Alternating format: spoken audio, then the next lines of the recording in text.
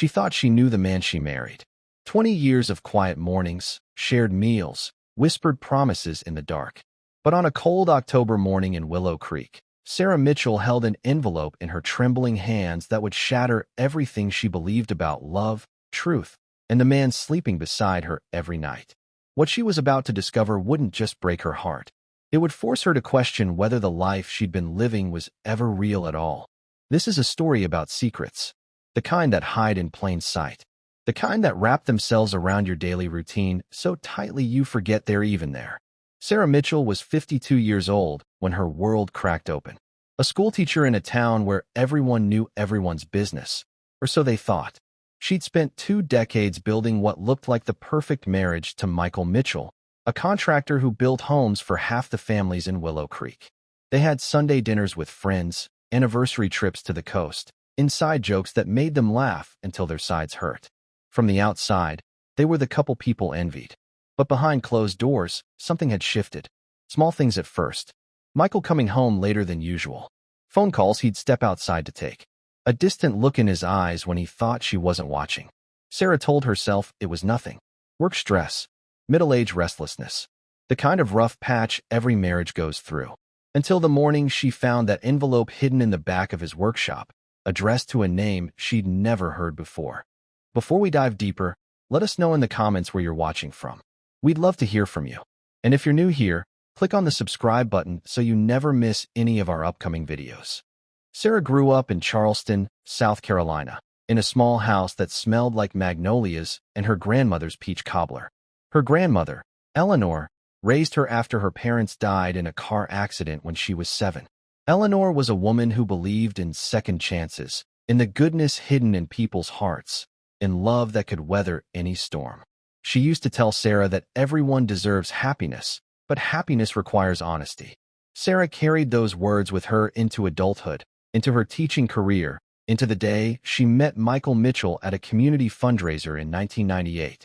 He was 30 years old, building a playground for the local elementary school with his own hands and his own money.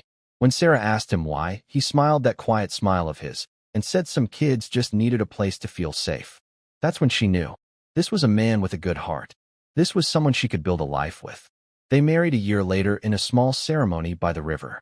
No fancy decorations, no expensive bands.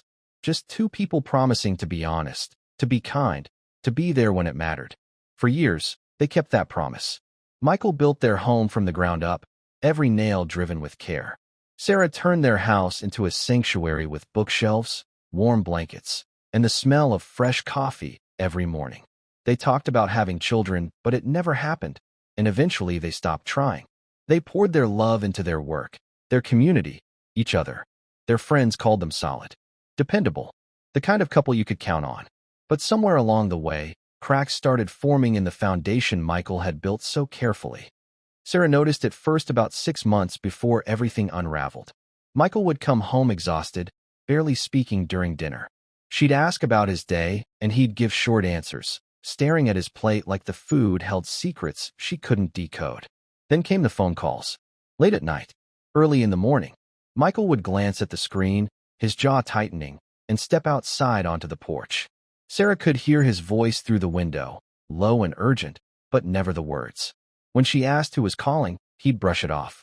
A client, a supplier, nothing to worry about.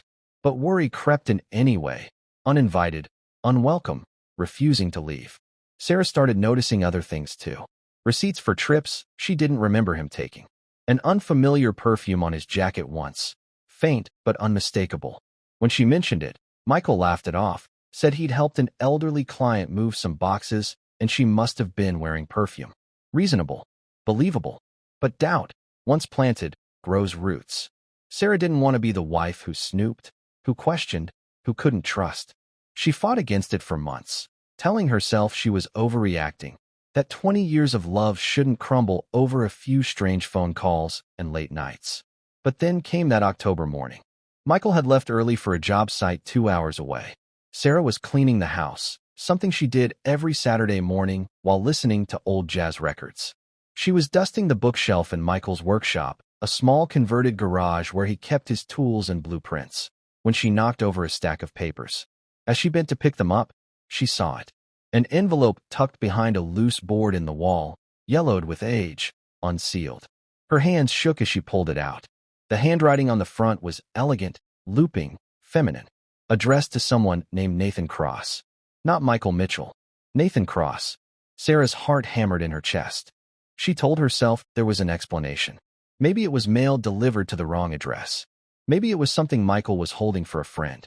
But when she opened it and started reading, the floor seemed to drop out from under her. The letter was dated 3 years earlier.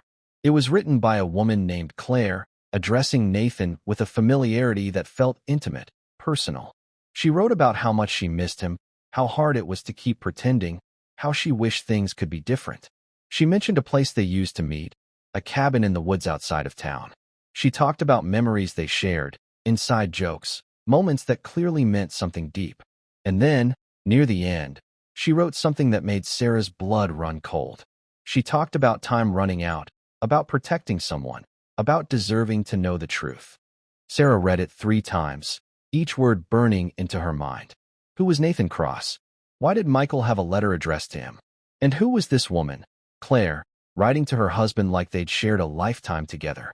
Sarah sat on the cold concrete floor of the workshop for nearly an hour, staring at that letter, her mind racing through every possibility. An affair, a double life, a past Michael had never told her about. She thought about confronting him immediately, demanding answers, but something stopped her. If she was wrong, if there was some innocent explanation, she didn't want to destroy their marriage over a misunderstanding. But if she was right, if Michael had been lying to her for years, she needed to know everything before she faced him. So she made a decision. She would follow him. She would find out the truth herself. That night, when Michael came home, Sarah acted normal. She cooked dinner, asked about his day, smiled when he kissed her forehead. But inside, she was planning, watching, waiting. 3 nights later, Michael told her he had to check on a job site that evening. Sarah nodded, said she understood, and watched him drive away. Then she grabbed her coat and followed him. Michael didn't go to a job site. He drove 20 minutes outside of town, down a narrow dirt road Sarah had never been on, until he reached a small cabin hidden among the trees. Sarah parked her car 100 yards back and walked the rest of the way, her breath visible in the cold night air. She watched from behind a tree as Michael stepped out of his truck, carrying a lantern, and walked toward the cabin like a man who'd made this journey 100 times before. The door wasn't locked. He went inside. Sarah waited, her heart pounding so hard she thought it might burst. Then, after what felt like an eternity, she walked to the cabin and looked through the window. What she saw inside wasn't what she expected. There was no woman waiting for him. No romantic setup. No signs of an affair. Instead, the cabin was filled with old photographs, letters, newspaper clippings pinned to the walls. Michael was kneeling in front of a small wooden box, his shoulders shaking. He was crying. Sarah had never seen her husband cry. Not when his father died. Not when they lost the baby she'd miscarried 15 years ago. But here, alone in this cabin, he wept like a man carrying the weight of the world. Sarah pushed open the door. Michael's head snapped up, his eyes wide with shock and something else. Fear. For a long moment, neither of them spoke. Then Sarah held up the letter, her voice barely above a whisper, asking who Nathan Cross was. Michael stood slowly, wiping his eyes, his hands trembling. He looked at her with an expression she couldn't read. Pain, regret, relief, maybe all 3. And then he told her something that made her world tilt on its axis. That was his real name, Nathan Cross. Sarah felt the ground shift beneath her. Her voice cracked as she demanded to know what he was talking about. Michael took a deep breath, like a man about to jump off a cliff, and began to speak. He told her a story she never could have imagined. 25 years earlier, Nathan Cross was a young man living in a small town in Tennessee. He worked at a factory, had a girlfriend named Claire, and was saving up to buy a house. Then one night, a crime was committed. A man was attacked and robbed outside a bar. Nathan happened to be in the wrong place at the wrong time. A witness misidentified him. The police arrested him. He spent 6 months in jail waiting for trial, insisting he was innocent, but the evidence was stacked against him. His public defender told him to take a plea deal. Nathan refused. He wanted his day in court. But 2 weeks before the trial, something happened that changed everything. The real attacker struck again. Same method, same area. And this time, there were cameras. The footage exonerated Nathan completely. He was released, charges dropped, apology issued. But the damage was done. His name had been in the papers, his face on the news. People in his town still looked at him like he was guilty. He lost his job. His friends turned their backs. Even Claire, the woman he thought he'd marry, couldn't move past what had happened. She believed him, but she couldn't live in the shadow of his name. So Nathan made a choice. He disappeared. He changed his name legally, moved across the country, started over. He became Michael Mitchell. And for 20 years, he built a new life, a clean life, a life where no one knew what he'd been through. Until Claire found him. Michael explained that Claire had tracked him down 3 years ago. Her mother was dying, and she wanted to see Nathan one last time before she passed. Claire's mother had been like a second mother to Nathan before everything fell apart. She was one of the few people who never doubted his innocence. Michael wrestled with the decision for weeks. He knew going back, even for a visit, risked exposing his past. But he also knew he couldn't live with himself if he didn't say goodbye. So he went. He spent 2 days in Tennessee, sitting by an old woman's bedside, holding her hand as she told him she always knew he was a good man. When she passed, Michael returned to Willow Creek, determined to bury that part of his life forever. But Claire kept writing. Not because she wanted him back. She'd moved on, married, had children of her own. She wrote because she felt guilty. Guilty for not standing by him when it mattered. Guilty for letting fear dictate her choices. She wanted closure, forgiveness, maybe just to know he was okay. Michael never responded to her letters. He hid them, along with everything else from his past, in this cabin that he'd bought quietly years ago. A place where he could be Nathan Cross for a few hours when the weight of the secret became too much to carry. Sarah stood there, absorbing every word, feeling like she was meeting her husband for the first time. She thought about the man she'd known for 20 years. The kindness, the quiet strength, the way he'd always been there when she needed him. And now she understood why he'd been so distant. He wasn't hiding an affair. He was hiding himself. The question was, could she forgive him for it? Her voice shook as she asked why he didn't tell her. 20 years they'd been married, and he never thought she deserved to know the truth. Michael's voice broke as he answered. He was terrified. Terrified she'd look at him differently. Terrified she'd leave. He built this life to protect her from the mess he came from. He thought if he just kept it buried deep enough, it would never touch them. He was wrong. Sarah felt tears streaming down her face. She was angry. She was hurt. But underneath all of that, she felt something else. Compassion. Because she understood what it meant to carry shame that wasn't yours. She understood what it meant to run from a past that refused to let go. She took a shaky breath and told him he should have trusted her. He should have let her decide if she could handle it. Instead, he made that choice for her. Michael nodded, his eyes red and swollen, apologizing over and over. Sarah looked around the cabin at the fragments of a life Michael had tried to leave behind. Photographs of a younger man who looked like her husband but wasn't. Newspaper clippings with headlines that screamed injustice.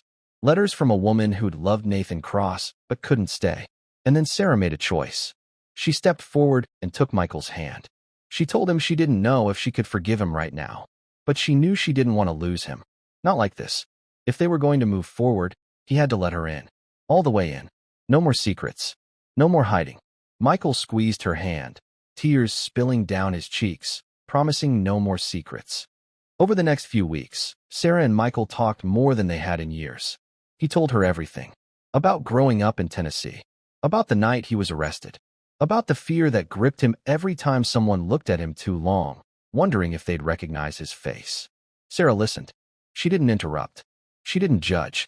She just listened. And slowly, something began to shift between them. A new kind of intimacy, built not on perfection, but on truth. One evening, Sarah made a suggestion that surprised even herself. What if they went back? To Tennessee. To where it all started. Michael looked at her like she'd lost her mind, asking why they would do that. Sarah's answer was simple. Because he never got closure. He ran, and she understood why, but he never faced it. Maybe it was time. Michael hesitated. The thought of returning to the place that had nearly destroyed him filled him with dread. But when he looked at Sarah, at the determination in her eyes, he realized she was right. He'd spent 25 years running. Maybe it was time to stop. 2 weeks later, they drove to Tennessee. The town had changed. New buildings. New people. But the weight of memory pressed down on Michael the moment they crossed the town line. They went to the courthouse first, where Nathan Cross had been arraigned all those years ago. They stood in the parking lot, and Michael told Sarah what it felt like to walk into that building in handcuffs, knowing he was innocent but powerless to prove it. Then they visited the cemetery where Claire's mother was buried. Sarah stood back as Michael knelt at the grave, placing flowers he'd bought at a gas station on the way. He whispered something Sarah couldn't hear, but when he stood, his shoulders seemed lighter. Finally, they went to see Claire. She lived in a modest house on the edge of town, married to a man named Tom who worked at the post office. When Claire opened the door and saw Michael, her eyes filled with tears. They talked for hours. About the past. About regret. About forgiveness. Claire apologized for not being strong enough to stand by him. Michael told her he understood. He told her he didn't hold it against her. And then, before they left, Claire said something that stayed with Sarah long after they drove away. She told them they were lucky. Not everyone gets a second chance at love. Don't waste it. When Sarah and Michael returned to Willow Creek, something had changed. The secret that had haunted their marriage for years was gone. In its place was something stronger. Something built on honesty, on vulnerability, on the willingness to face the hardest truths together. Michael stopped going to the cabin. He didn't need it anymore. Instead, he and Sarah turned it into a place they visited together, a reminder that the past doesn't have to define the future. They planted flowers around it, hung wind chimes that sang in the breeze, made it a place of healing instead of hiding. Sarah thought a lot about what Claire had said, about second chances, about not wasting love. She realized that love isn't about perfection. It's about choosing to stay when everything in you wants to run. It's about seeing someone at their most broken and deciding they're still worth fighting for. Months later, on their anniversary, Michael gave Sarah a letter. Not hidden this time. He handed it to her over breakfast, his eyes steady and sure.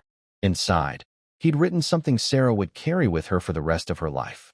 He wrote that loving her had saved him, that she'd given him a life worth living when he thought he'd lost everything, that he was sorry for the years he'd spent hiding, but grateful for the chance to be fully known.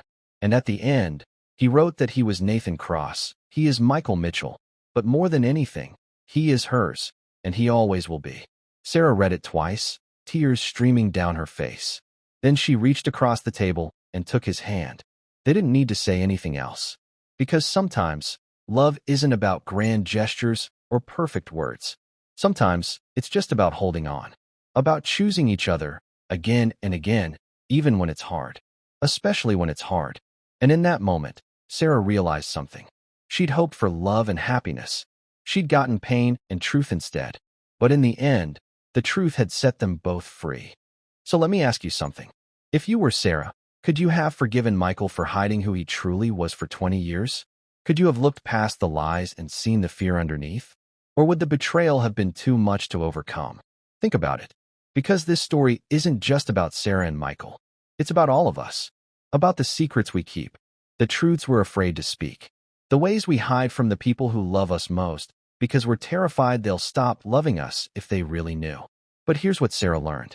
Love that's built on lies will always crumble. But love that's built on truth, no matter how painful, has the strength to endure anything. Michael spent half his life running from a past that wasn't his fault. And Sarah spent 20 years loving a man she didn't fully know. But when the truth finally came to light, they had a choice. They could let it destroy them, or they could let it rebuild them into something stronger. They chose strength. They chose honesty. They chose each other. What would you choose? Would you walk away from someone who lied to protect you? Or would you stay and fight for the love you built together? Share your thoughts in the comments. I really want to hear how you'd feel if this happened to you. Would you be able to forgive, or would the trust be broken beyond repair? And if you found yourself in Michael's position, carrying a secret that could destroy everything, would you tell the truth? Or would you keep hiding, hoping it never came to light? These are the questions we all have to answer at some point. Because life doesn't give us perfect choices. It gives us real ones. Hard ones. The kind that test who we really are. And this story reminds us that sometimes, the painful truth really is the doorway to a deeper kind of love. If this story moved you, if it made you think, if it reminded you of something in your own life, subscribe to this channel so you never miss another story like this. Stories that heal. Stories that reveal. Stories that remind us we're all just trying our best to navigate this messy, beautiful, complicated thing called life. Thank you for watching. And remember, wherever you are, whatever you're going through, you're not alone.